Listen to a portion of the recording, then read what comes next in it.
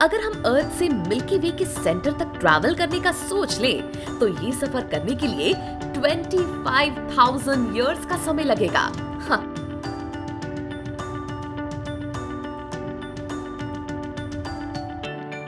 Welcome back friends. Last time हमने बात की थी हमारा यूनिवर्स कैसे फॉर्म हुआ इस बारे में, और आज हम यूनिवर्स के और एलिमेंट्स के बारे में जानेंगे। So let's explore it together.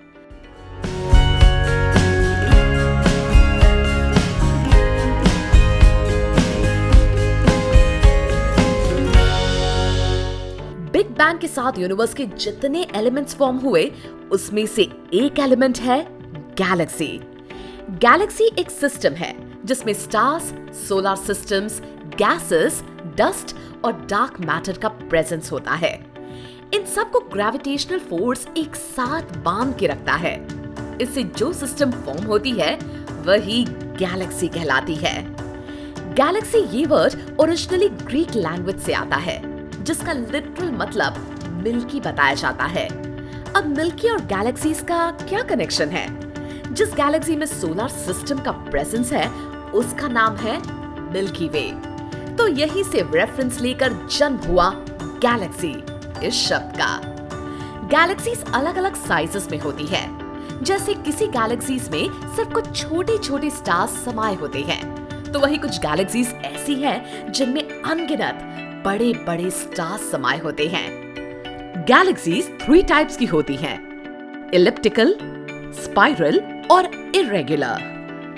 Galaxies के बीच की जो स्पेस होती है वो गैसेस से भरी होती है।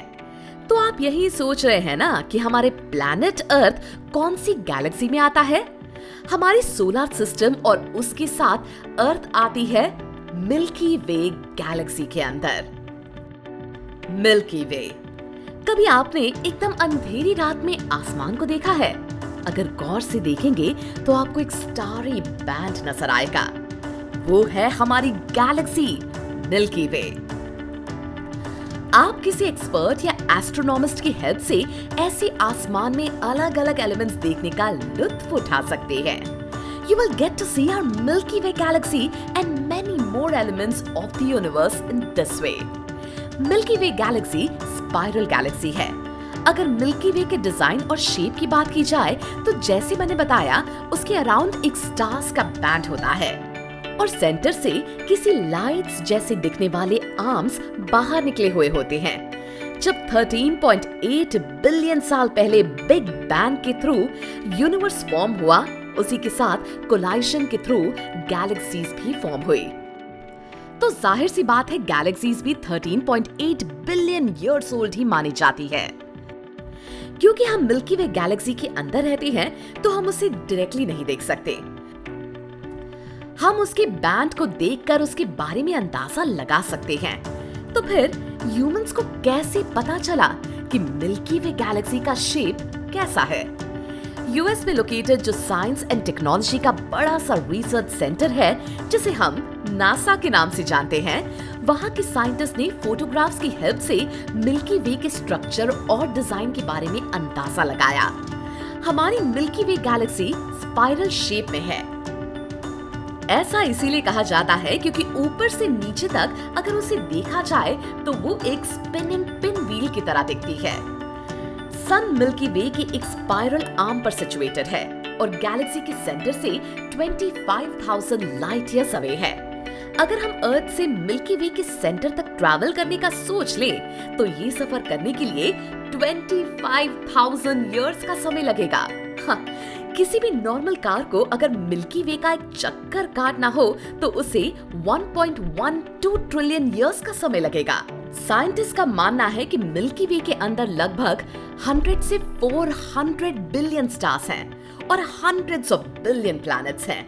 मिल्की वे गैलेक्सी को अपने आप अपने अराउंड एक चक्कर लगाने में 240 मिलियन इयर्स जितना समय लगता है। How amazing is that? हमने मिल्की वे के बारे में इतने सारे फन फैक्ट्स जान लिए। अब आइए जानते हैं कि आखिर मिल्की वे इस नाम के पीछे क्या स्टोरी है। कहते हैं हीरा नाम की एक ग्रीक गॉडेस थी जो आसमान में दूध छिड़का करती थी। ऐसे आसमान में प्रेजेंट हर एलिमेंट पर दूध के छींटे गिरते थे। इसी ग्रीक मिथ का मिल्क से जो रेफरेंस हुआ, उसे हमारी गैलेक्सी का नाम मिल्की वे रख दिया गया।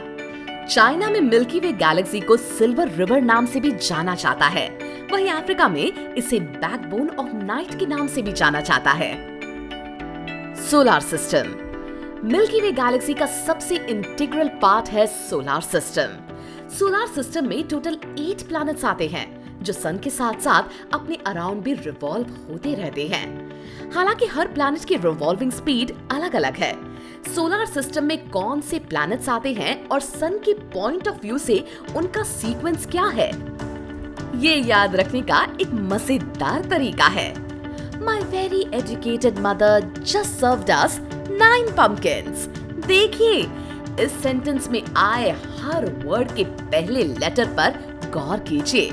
M from my मतलब Mercury, V from very मतलब Venus, E from educated मतलब Earth, M again from mother means Mars, J from just is Jupiter, served से S मतलब Saturn, U from us denotes to Uranus, N is Neptune from 9।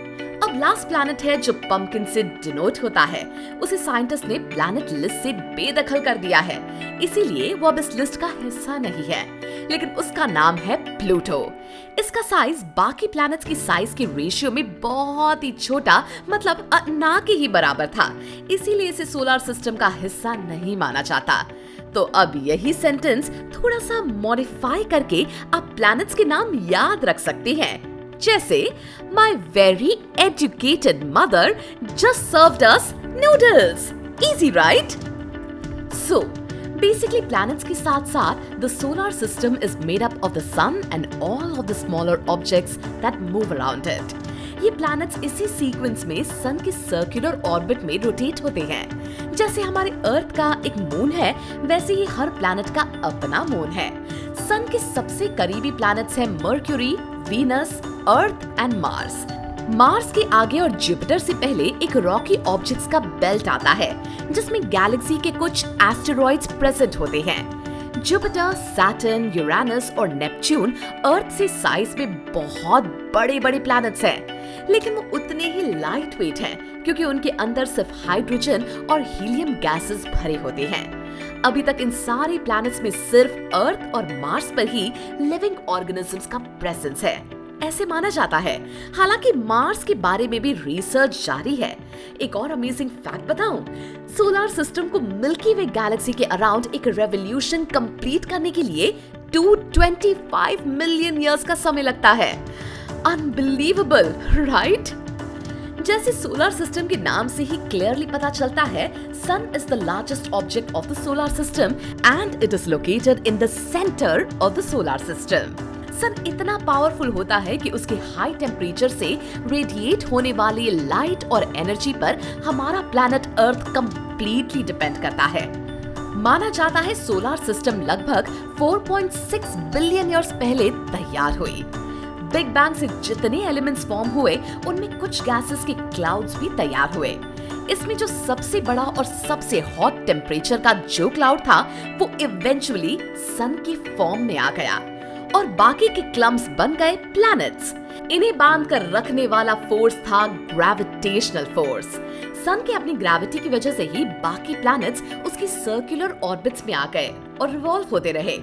ऐसे form हुई solar system. देखा कितना मजेदार है solar system के बारे में जानना। Friends, it is time for a quick revision now. आज के एपिसोड में हमने देखा कि as a consequence of big bang कैसे अलग अलग एलिमेंट्स यूनिवर्स में फॉर्म हुए। उसमें इंपॉर्टेंट एलिमेंट था गैलेक्सीज, एक ऐसी सिस्टम जो ग्रेविटेशनल फोर्स से स्टार्स, प्लैनेट्स, कॉमेट्स, डस्ट सबको बांध के रखती है। और हमारे प्लैनेट अर्थ की गैलेक्सी है मिल्की वे। हमने मिल्की वे नाम के पीछे की स्टोरी भी देखी और मिल्की वे का इंपॉर्टेंट पार्ट है सोलर सिस्टम। सोलर सिस्टम में 8 प्लैनेट्स हैं और उनका सीक्वेंस याद रखने की ट्रिक भी हमने सिखा दी। So that was all about the Milky Way and solar system.